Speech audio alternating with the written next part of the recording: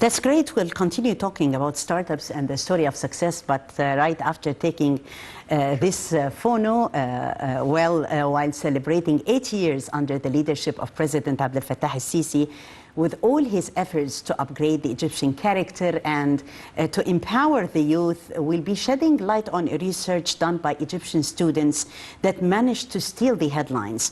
4 undergraduate students in the Department of Construction Engineering at AUC have developed self-luminous concrete to light up the roadways and the pavements without using conventional energy sources. So this is totally out of the box safe. They created the concrete for their thesis graduation project.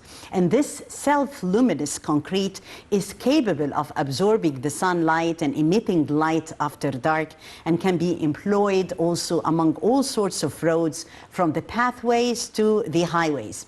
So what a lovely project, out of the box ideas of a very eminent professor, Professor Dr. Mohamed Naguib Abu Zaid, Professor of Construction Engineering at AUC.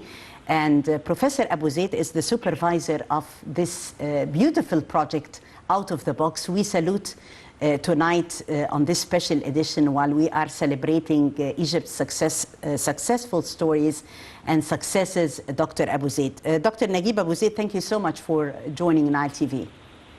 Thank you, and I share with you the celebration with the whole nation of the 8th year of President Sisi leadership of the country. Thank you, Professor. Professor Naguib Abu Zaid, congratulations, and to your team. Let me say that ladies rock, and this is ladies empowerment, women empowerment in the sense of the word. The idea, Professor, about this project, who came up with the idea?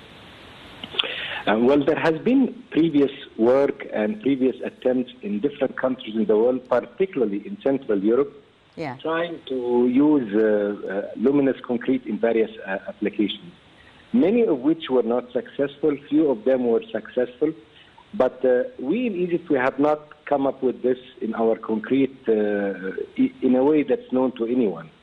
So the ladies, in the preparing for the graduation project, they talked with me and they said, we want to do something that hasn't been done before.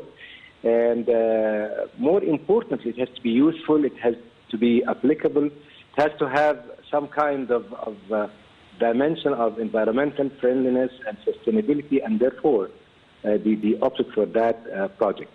One last thing to say is that usually when you come up with this idea, me as a supervisor, you have to question the feasibility, the time frame, whether they can be done within these constraints.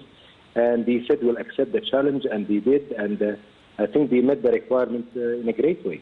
Yes, it's really amazing, you know, and it comes even in light of Egypt's preparations for hosting the COP27 in Sharm el-Sheikh, while we are actually focusing on implementing the pledges related to confronting climate change and using this material in such a context that is going to reduce heavy reliance on electricity, and also accordingly be an active step actually towards fighting climate change and saving the environment. Definitely. That's actually one of the steps, or a step in that direction. As you know, as the viewers know, research never starts from scratch and never ends at one certain stage. The project is aiming for that. Not only me, but I think the whole nation is working towards a successful COP27. Climate change is definitely a concern that came and continues to come in a very alarming way. So yes, that's one step along that way. I have also to mention that the project is going to go into another phase. We have been contacted by so many companies. I hear you talking about entrepreneurship, and so many people have contacted us, whether they are small or larger companies and so on, trying to put it into pilot experimentation prior to getting into, inshallah, a full-fledged and full-scale product to be used. So we are encouraged, we are happy about that, and it's an alarm for all of us that we need to do more about the environment and about the climate change. And I think it came timely as well. It came timely, and I have with me here as my guest live Mr. Saif Hafez, the global financial expert, who will congratulate you, Professor. Congratulations, Dr. Naguib. And I heard it's a fantastic project. And I have just one question, if you don't mind, with respect to understanding the product exactly. So it attracts a lot of light during the daytime, and it transmits light after the daylight fades away, and that light goes on for how long? That's a very good question, actually, because the ladies or the project did not only produce one particular mix, it produced a diverse or a set of mixes, at least 7 of them, with different degrees of ability to absorb light in one hand and emitting it on the other hand. Why we're saying that? Of course, the short answer to your question, it's going to continue for several hours. And actually, we did not want to put so much of luminous ingredients inside on the expense of the structural properties of this concrete as a load-bearing element in structures, in buildings, in roads.